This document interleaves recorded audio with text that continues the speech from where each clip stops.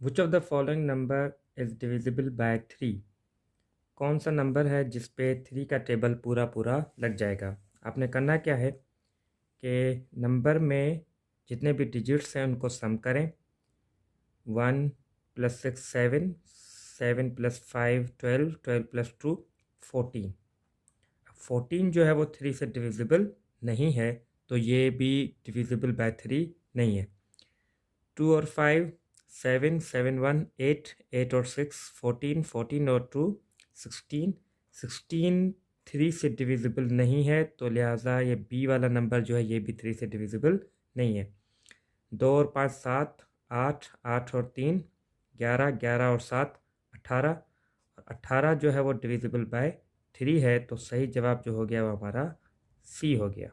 ये भी आप चेक करो, 1 और 3 4, 4 और 4 8, 8 जो है वो 3 से डिविजिबल नहीं है।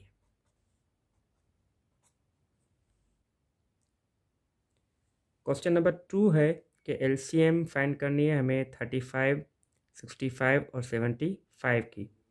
अब 3 नंबर्स की एलसीएम फाइंड करने के लिए हम क्या करेंगे, डिवीजन मेथड से इसकी एलसीएम फाइंड करेंगे। ये बेस्ट मेथड है, आसान भी है।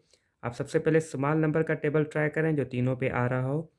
तो 2 का टेबल तीनों पे नहीं आ रहा। 3 का टेबल 75 पे आ रहा है, क्योंकि 7 और 5 12 होते हैं और 12 पे 3 का आएगा, तो 75 पे भी 3 का टेबल आ जाएगा। तो 3 का टेबल इस पे नहीं आ रहा, आप ये सेम रखें, ये सेम रखें। इस पे लग रहा है 25 टाइम। उसके बाद 3 का टेबल अब नहीं लग रहा किसी पे, तो आप 5 का टेबल ट्राई करें। 5 का टेबल 35 पे 7 टाइम, और इस पे 13 टाइम, और इस पे 5 टाइम। अभी भी 5 का टेबल आप लगा सकते हो। 7 पे नहीं आ रहा, 13 पे नहीं आ रहा, लेकिन 5 पे 1 टाइम आ रहा है।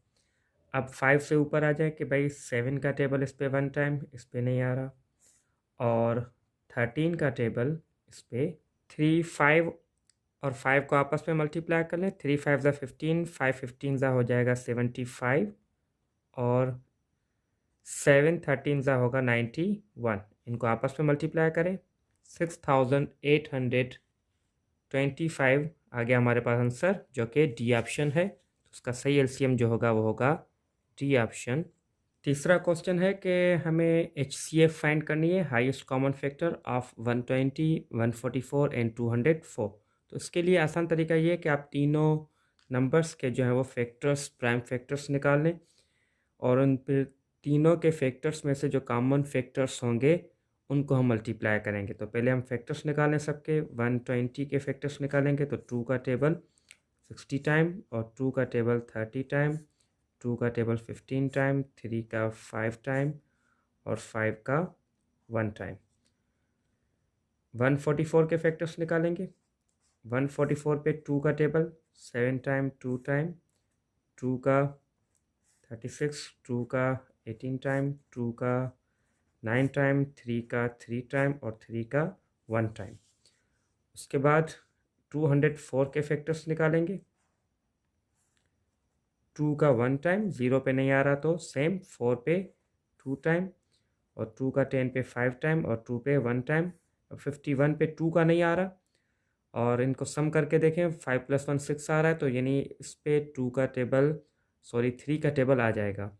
तो 3 का टेबल 5 पे 1 टाइम, बाकी बचा 2, उस तरफ गया 21, और 21 पे 3 का टेबल 7 टाइम, और 17 पे सिर्फ 17 का ही टेबल लगेगा 1 टाइम। तो जितने भी हमारे पास फैक्टर्स आए हैं इसमें, ये वाले और इसके और इसके, इन तीनों के फैक्टर्स में से जो कॉमन फैक्टर्स होंगे वो हम निकालेंगे। एक 2 कॉमन आ गया, एक 2 जो है वो एज ए हम कॉमन फैक्टर लेंगे इसका। उसके अलावा एक 2 और कॉमन है। उसके अलावा 2 और कॉमन नहीं है, 2 में है लेकिन तीसरे में 2 नहीं है। और 3 जो है वो एक इसमें है, इसमें भी है, इसमें भी है, तो 3 को हम कॉमन ले सकते हैं। अब तीनों कॉमन फैक्टर्स को आप मल्टीप्लाई करो, 2 टू द 4, 4 3 ज़ा 12, 12 आ गया आपके पास। तो 12 हो गया इसका HCF। क्वेश्चन नंबर 4 है हमारे पास कि कौन सा स्टेटमेंट जो है वो करेक्ट है। अब हमारे पास 4 ऑप्शंस में से स्टेटमेंट गिवन है, -3 इज़ लेस देन -5। अब हमारे पास एक नंबर लाइन होती है, उस नंबर लाइन में बीच में होता है 0 और इस तरफ होती हैं पॉजिटिव वैल्यूज़ और इस तरफ होती हैं नेगेटिव वैल्यूज़।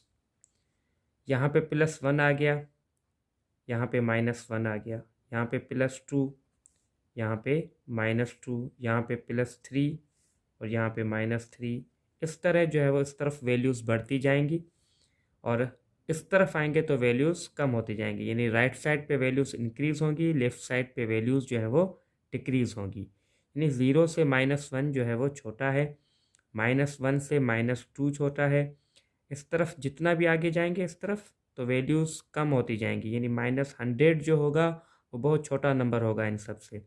इस तरफ जाएंगे तो वैल्यूज़ बढ़ेगी। यहाँ पे कह रहा है कि -3 जो है वो वैल्यू में छोटा है -5 से।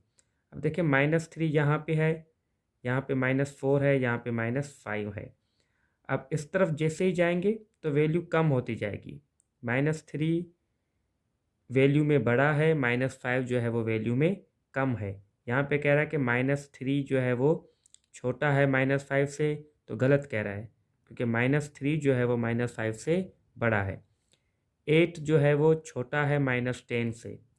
8 है इस तरफ, ये छोटा नहीं हो सकता -10 से क्योंकि इस तरफ है, तो ये वैल्यू 8 जो है वो बड़ी है -10 से। यहाँ पे कह रहा है कि 0 जो है वो ग्रेटर है -1 से, तो बिल्कुल ठीक है, 0 जो है वो -1 से ग्रेटर है क्योंकि 0 -1 के इस तरफ है, तो 0 -1 से ग्रेटर होगा। ये आ गया हमारे पास करेक्ट ऑप्शन। -2 जो है वो बड़ा है -1 से, -2 -1 से बड़ा नहीं हो सकता, -1 -2 से बड़ा होगा। क्वेश्चन नंबर 5 है कि सब्ट्रैक्ट करना है -7 को फ्रॉम -8। तो आपने जल्दबाजी में इनको प्लस माइनस नहीं कर देना है। आपने क्या करना है कि जिससे सब्ट्रैक्ट करना है वो आप पहले लिखो और जिसको सब्ट्रैक्ट करना है वो उसके नीचे रखें और इसकी साइन कर दें आप चेंज, क्योंकि आपको सब्ट्रैक्ट करने को कह रहा है तो आप इसकी साइन चेंज करो। तो -8 और +7, अब दोनों की साइन डिफरेंट है तो ये आपस में सब्ट्रैक्ट होंगे और जवाब आएगा -1, क्योंकि बड़ी वैल्यू माइनस की है तो उसमें से ये 1 माइनस का बचेगा, तो सही जवाब आ गया हमारे पास -1। सिंप्लीफाई करना है हमें। एक ब्रैकेट है और ब्रैकेट के बाहर ये वैल्यू है जो कि इस ब्रैकेट से मल्टीप्लाई होनी है। तो इस वैल्यू को जो कि कंपाउंड फ्रैक्शन में है इसको आप पहले इम्प्रॉपर में कन्वर्ट कर दें। 1 4 ज़ा 4 और 4 और 3 7/4, यानी इन दोनों को मल्टीप्लाई करना है, उसमें ये 8 कर देना है, अपान में ये 4 सेम रखा हमने।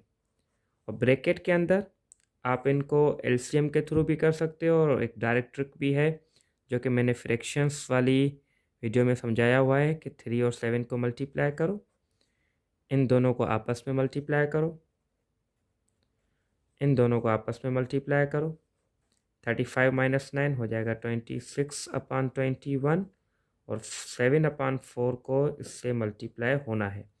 7 का टेबल 21 पे आ रहा है 3 टाइम, क्योंकि ये ऊपर है ये नीचे है, इनके आपस में टेबल लगेगा। और 4 का 26 से लग सकता है 2 टाइम और इस पर 13 टाइम। और ये 1 और 13 जो हैं ये आपस में मल्टीप्लाई होंगे तो आएगा 13 और 2 और 3 मल्टीप्लाई होगा तो ये आएगा 6। अब आंसर हमारे पास आया इम्प्रॉपर फ्रैक्शन, ऊपर बड़ी वैल्यू है नीचे छोटी है और जवाब हमारे पास सारे कंपाउंड फ्रैक्शंस में है। तो आप 13 को 6 से डिवाइड करोगे तो आपको इम्प्रॉपर में जवाब मिल जाएगा।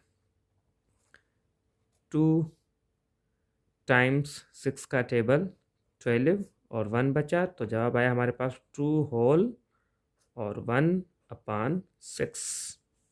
ये रहा हमारे पास सही जवाब। क्वेश्चन नंबर 7 है कि total property of Maria is 58,000। Maria के पास जो टोटल प्रॉपर्टी है वो गिवन है हमारे पास और she gave 16/29 of it to her mother. वो अपनी मिल्कियत का 16/29 हिस्सा जो है वो अपनी मदर को देती है। तो पहले आप इसकी मदर का वो अमाउंट मालूम कर लें जो उसको दे रही है 16/29 इंटू 58,000। इसको उससे मल्टीप्लाई करें, उसका हिस्सा मालूम करना है किसी भी फ्रैक्शन का आपने, तो आप उसको उससे मल्टीप्लाई करें। 29 का 58 पे 2 टाइम, तो 2000 और 16 32,000 ये अपनी अम्मी को दे रही है। एंड 1/4 ऑफ रिमेनिंग टू ज़कात फंड, और 1/4 यानी 25% ऑफ रिमेनिंग, जो रिमेनिंग अमाउंट रहता है अपनी मदर को देने के बाद, उसका 1/4 जो है वो ज़कात में जा रहा है। तो 32,000 जा रहे हैं मदर को और 58,000 टोटल है। तो देखें बाकी बचता कितना है, 58,000, उसमें से 32,000 पहले आप माइनस करें, देखें बचता कितना है हमारे पास। 8 में से 2 गए बाकी 6, 5 में से 3 गए बाकी 2, 26,000 है रिमेनिंग। अब रिमेनिंग का जो है वो 1/4 जा रहा है ज़कात में, तो आप इसका 1/4 मालूम कर लें, इसको 1/4 से मल्टीप्लाई करें। 4 का टेबल 26 पे जो आएगा 6 टाइम आएगा, बाकी 2 बचा, 2 गया उधर 20 पे 5 टाइम, 6,500 रुपये जो है वो ज़कात में जा रहे हैं।